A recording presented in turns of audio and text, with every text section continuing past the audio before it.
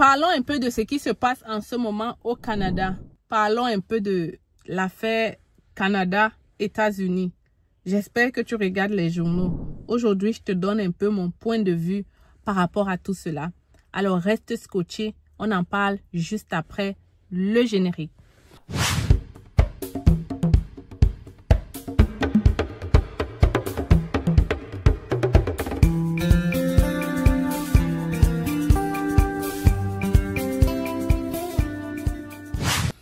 Les Canadiens, les futurs Canadiens, sachez que en ce moment au Canada, il y a une guerre des prix entre le Canada et les États-Unis. Tout a commencé lorsque le président Donald Trump a sorti le décret comme quoi tous les produits qui vont traverser la frontière des États-Unis vont être taxés à 25%. Évidemment, le Canada n'était pas content par rapport à cette nouvelle. Et je pense même qu'ils ont cru que le président Donald Trump n'allait pas mettre ça en exercice. Mais il l'a fait. Et donc, en ce moment, c'est très grave. Quand je dis grave, c'est que le Canada a riposté par rapport à ça, en disant aussi que tous les produits aussi qui vont entrer au Canada venant des États-Unis vont payer la taxe de 25% aussi. Ça, c'est la première chose qu'ils ont fait. Et quand ils ont fait ça, ça n'a pas trop bougé. Les États-Unis n'ont pas trop réagi. Qu'est-ce qu'ils ont fait donc? Je pense que hier ou avant-hier, de ce que j'ai lu, le Québec a décidé que tous les produits alcoolisés, la SAC, c'est la... comment je vais dire ça? Je vais expliquer ça. C'est le magasin qui vend l'alcool au Québec.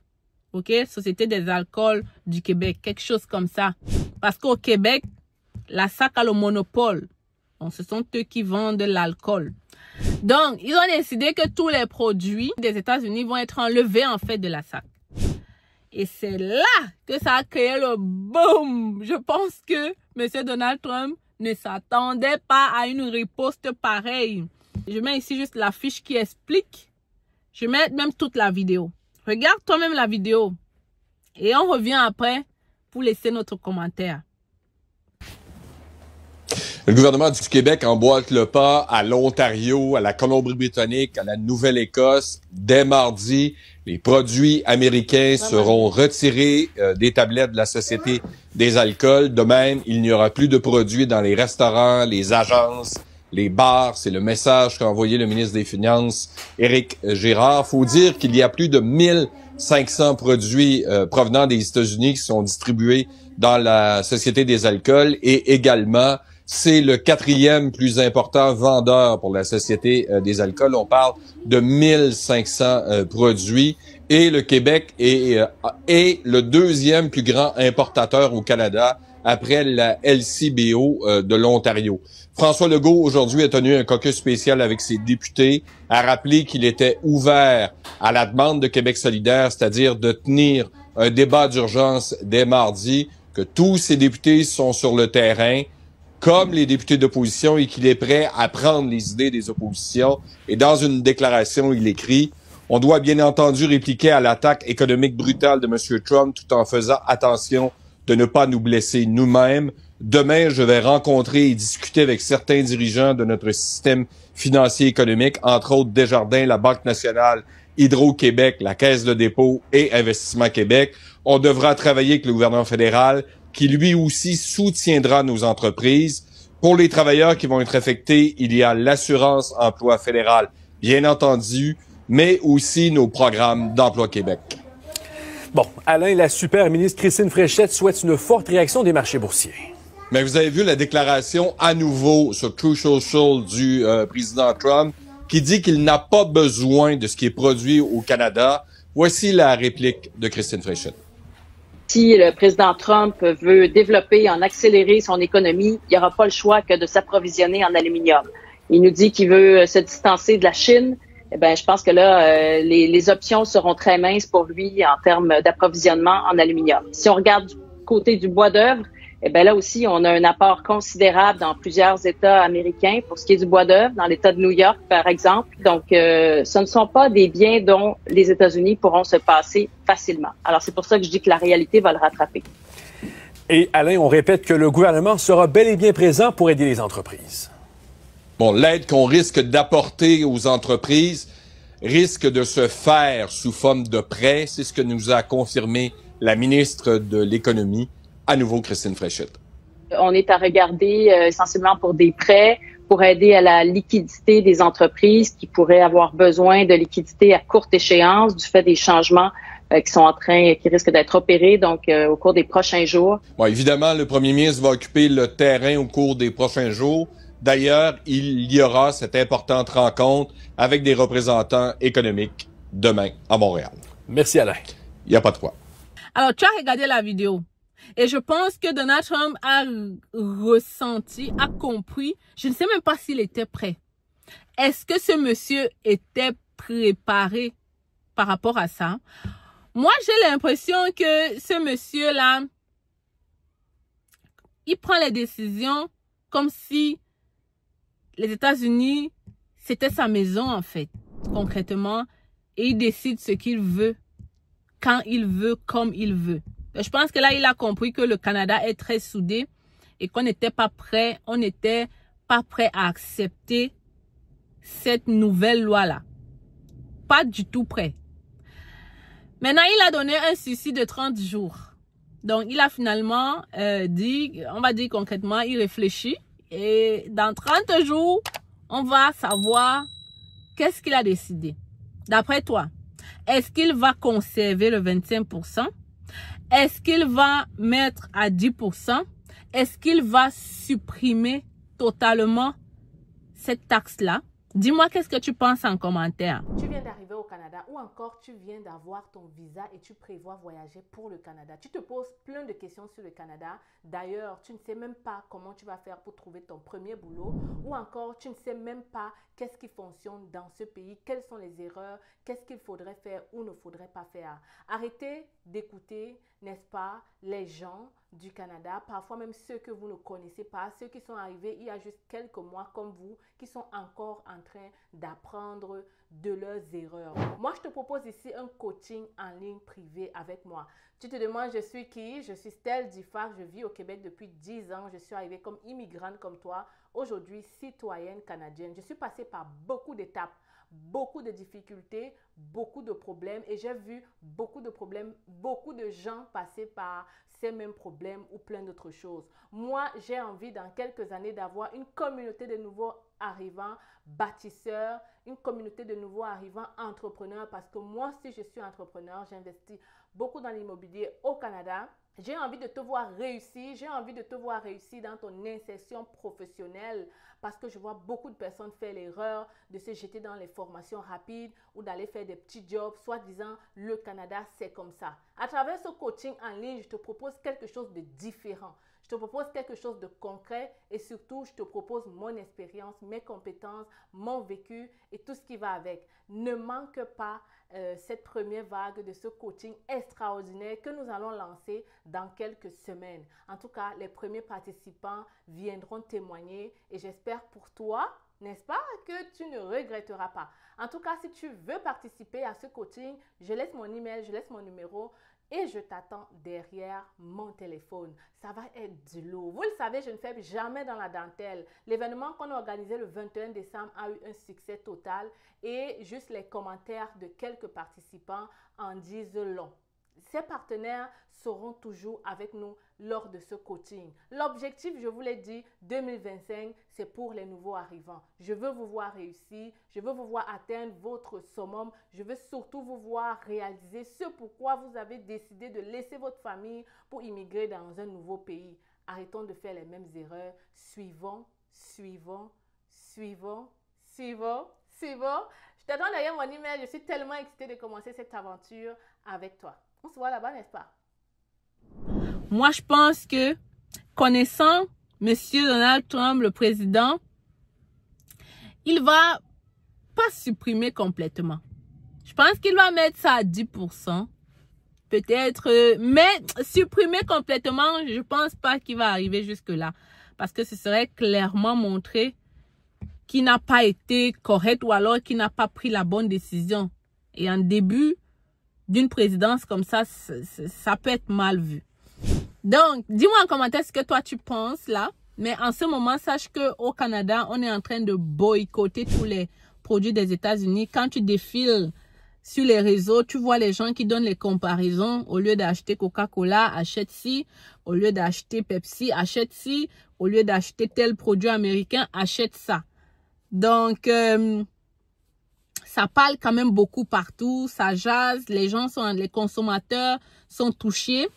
Et moi, la question que je me pose, c'est, même si Donald Trump change d'avis et décide de stopper tout cela, d'enlever ou de supprimer complètement la taxe, est-ce que vous pensez que ça va se terminer ainsi? Est-ce que vous ne pensez pas que ça va quand même rester gravé dans la mémoire des Canadiens? Est-ce que vous ne pensez pas que même après ça, les Canadiens vont commencer à beaucoup plus réfléchir dans les accords avec les États-Unis? Est-ce qu'ils ne vont même pas vouloir revoir certains accords? Vous voyez un peu? Moi, je pense que ça va affecter la relation avec les États-Unis. Même si ce n'est pas dans leurs accords, mais même dans les esprits des citoyens, ça affecte. Même dans les esprits des consommateurs, ça va affecter. Parce que vous imaginez, si Donald Trump n'avait pas vite pris cette décision de donner d'abord 30 jours, et que ça continuait comme ça, si bien que les citoyens vraiment québécois, canadiens décidaient de consommer canadien. Même si après Donald Trump venait dire, OK, j'annule complètement, les citoyens canadiens auront déjà pris goût à consommer canadien. Ça fait que les produits américains allaient être moins consommés et ça allait se ressentir. Pour une entreprise, ça prend du temps de te faire consommer son produit, de la publicité, et ainsi de suite. Donc, il suffit de très peu pour que le consommateur change. Et quand il goûte à un produit, à un autre produit, il peut rester. Ça fait que cette histoire va quand même impacter beaucoup les entreprises. Ça va beaucoup impacter les entreprises. Ça va impacter leur façon de consommer. Ça va impacter leur façon même de voir les produits, peut-être américains et tout ça. Ça va beaucoup impacter. Et c'est là que ces entreprises, eux, de leur côté, vont perdre l'argent. Et je pense que Donald Trump a peut-être vu ça. C'est pour ça qu'il a décidé peut-être de réfléchir autrement. Parce que le Canada, vous l'avez entendu, n'était pas prêt de s'arrêter là. Il devait couper toutes les ressources naturelles. Il est dit que c'est nous qui fournissons l'aluminium et même l'électricité. Les Canadiens avaient déjà commencé à dire que, vu que c'est nous qui fournissons l'électricité à New York, ils devaient couper l'électricité pendant le match du Super Bowl. Donc, ça s'en venait fort. J'ai même vu une image où les Canadiens ont hué face à l'hymne national des États-Unis lors d'un match. Donc, on était allé vers quelque chose de très grave. Ça n'allait pas juste être économique, mais ça devait... Il y a même d'autres qui ont décidé de boycotter les voyages en Floride, de maintenant faire les activités uniquement ici au Canada. Donc, on s'en allait quand même vers quelque chose de très grave. Et on ne sait même pas si finalement, ça va s'arrêter là. On ne sait même pas ce qui va venir dans 30 jours. On espère que le président Donald Trump va vite reprendre la raison et va décider de stopper tout ça afin que le Canada et les États-Unis deviennent des alliés comme ils étaient. Vous voyez, on dit que c'est incroyable comment est-ce que M. Donald Trump dit qu'il ne veut plus dépendre de la Chine. Il veut redevenir la puissance. Mais il fait du tort au Canada. 25% au Canada, 10% à la Chine. Parce qu'ils dépendent beaucoup plus de la Chine. Et en faisant du tort au Canada, ça se peut qu'on n'envoie plus des produits aux États-Unis. Donc, ça se peut qu'au lieu de consommer des produits canadiens, peut-être ils se réfèrent beaucoup plus encore à la Chine. Et donc, ils dépendent encore plus de la Chine. Dans sa tactique-là, ça pose vraiment beaucoup de questions. Qu'est-ce qu'il avait pensé? Comment est-ce qu'il avait vu ça? Est-ce qu'il s'était dit que les Canadiens allaient juste rester bouche bée, ne rien dire, juste accepter sa taxe? Qu'est-ce qu'il s'était dit en fait? Comment est-ce qu'il avait réfléchi avant de décider une telle chose? Qu'est-ce qu'il avait pensé concrètement? Ça n'a pas suffi pour le président de dire qu'il a envie que le Canada soit le 51e État. Ça, déjà, c'était un affront. C'était une insulte. C'était une insulte à ce pays, le Canada. Et directement après, il a augmenté la taxe. Donc là, on a bien réagi, je pense, d'après moi. Qu'est-ce que toi, tu penses? Moi, je pense que si le président Donald Trump a décidé quand même de donner 30 jours, ça veut dire qu'il a senti que la pression s'en venait fort. OK? Oui, il est dit que le Canada donne seulement 10% des produits aux États-Unis versus nous qui consommons 70% des produits. Mais le petit 10% là, le petit 10% là n'est pas à négliger. Ce n'est pas à négliger. Ce n'est pas à négliger pour les entreprises américaines. Quand on est une entreprise, on ne néglige pas 1%. On ne néglige pas, donc d'autant plus 10%. Ça veut dire que pour nous, on peut voir ça petit, mais pour les entreprises, ça peut nuire à l'économie des États-Unis. Surtout qu'en ce moment, ils veulent redevenir la puissance. Si déjà ils perdent le Canada, ça va nuire forcément. Ça va nuire. Est-ce que vous croyez que la Chine, façon dont les entreprises chinoises font tout, quand ils arrivent à t'avoir comme client, ils font tout pour que tu restes. Même si tu leur passes seulement la commande de $100, ils font tout pour que tu restes. Et c'est comme ça qu'ils sont devenus presque... Ça veut dire quoi? Tout pays dans ce monde, dès que tu prends un produit, c'est la Chine. Tu prends un produit, c'est la Chine. Aujourd'hui, on ne peut plus se passer de la Chine. On ne peut plus se passer de la Chine. Quand tu vois une puissance comme les États-Unis donner seulement 10% aux États-Unis, 25%, tu comprends qu'ils ne peuvent plus se passer de la Chine. Que dire des autres pays alors? Donc, c'est... Je sais pas, mais moi, j'observe. Mais je pense que Donald Trump va revenir avec une meilleure décision. J'espère qu'ils vont s'asseoir en tant que président pour décider quelque chose qui leur convient à deux. Parce qu'on n'a pas envie d'une autre guerre économique comme on était en train d'aller là. Le Québec avait décidé d'enlever tous les produits des États qui viennent des États-Unis dans la SAC. Est-ce que ça ne devait pas continuer? On ne devait pas s'arrêter à l'alcool. Peut-être ils allaient dire qu'on va aussi aller dans Costco, enlever tous les produits des États-Unis. Ils devaient dire... Donc, on allait avoir des problèmes. Et toute cette histoire-là, ça touche qui? Le consommateur moyen. C'est nous qui subissons. Dans leur guerre-là, c'est nous qui subissons. Parce que soit les produits vont devenir plus chers, on va le ressentir dans notre assiette. Parce que si une entreprise, pour aller aux États-Unis, paye 25% de taxes, pour exporter, il paye 25%, il va vouloir mettre ce prix-là dans le produit. Il va mettre le prix dans le produit, c'est nous qui allons payer plus cher. Et qui perd alors? Donc j'espère vraiment que les deux vont s'asseoir pour que nous, on ne souffre pas de toute cette histoire-là. Parce que ça devait entraîner beaucoup de choses après. Beaucoup de choses. Il ne suffit pas de beaucoup pour qu'une économie, un pays tombe. Et on ne ressort, il n'y a jamais rien de bien qui ressort dans une guerre de prix. Encore moins avec ton meilleur allié, avec ton plus proche voisin. Il n'y a rien qui peut sortir de bon dans cette histoire. Donc il est mieux pour les deux pays de s'asseoir et de trouver un consensus pour que le consommateur moyen que nous sommes, nous n'en souffrons plus. Alors voilà, c'est de ça que je voulais vous parler aujourd'hui. J'espère que vous avez apprécié la vidéo. Laissez en commentaire ce que vous pensez par rapport à tout ça. Ne te dis pas que tu n'es pas concerné parce que je t'ai dit, tu vois un peu, ça devait continuer comme ça jusqu'à te toucher. Imagine cette loi prend vraiment effet. Il y a des entreprises qui vont sûrement se délocaliser. Le chômage, ça va être grave. Ça va être grave. Donc, il faut bien regarder ce qui se passe autour de toi parce que je t'ai dit, ça va finir par te toucher. Donc, les amis, je voulais partager mon point de vue par rapport à cette histoire avec toi. Laisse en commentaire ce que tu penses. On espère que quelque chose de bien s'en vient et que le mois de mars, on n'aura plus une mauvaise nouvelle. On vient de sortir de la COVID. Ça a été difficile.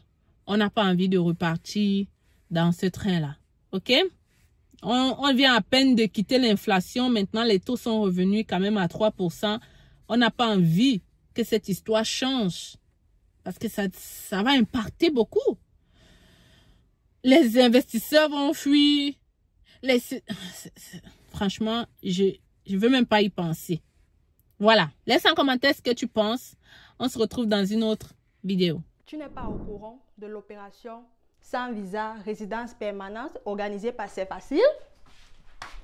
Alors, si tu n'es pas au courant, laisse-moi t'expliquer. C'est facile, lance une promotion sur tous les visas de résidents permanents. Vraiment des prix imbattables, jamais vus dans notre cabinet. Tout ce que tu as à faire actuellement, c'est de nous contacter pour en savoir plus. Tu m'écris par email ou à travers ce numéro de téléphone. Les critères de sélection, vraiment, c'est le test de français, l'expérience de travail et si tu as déjà ton évaluation de diplôme. Mais si tu n'as pas tous ces documents, ne t'inquiète pas, on pourra toujours t'aider. Qu'à cela ne tienne, contacte-nous rapidement parce qu'en ce moment, c'est la fête, c'est facile. L'objectif est de permettre à plusieurs d'entre vous de réaliser le rêve canadien en 2025. Je suis avec vous. La fête est terminée, mais c'est facile. On continue, on y croit, on avance parce qu'on a envie de vous voir réaliser ce rêve.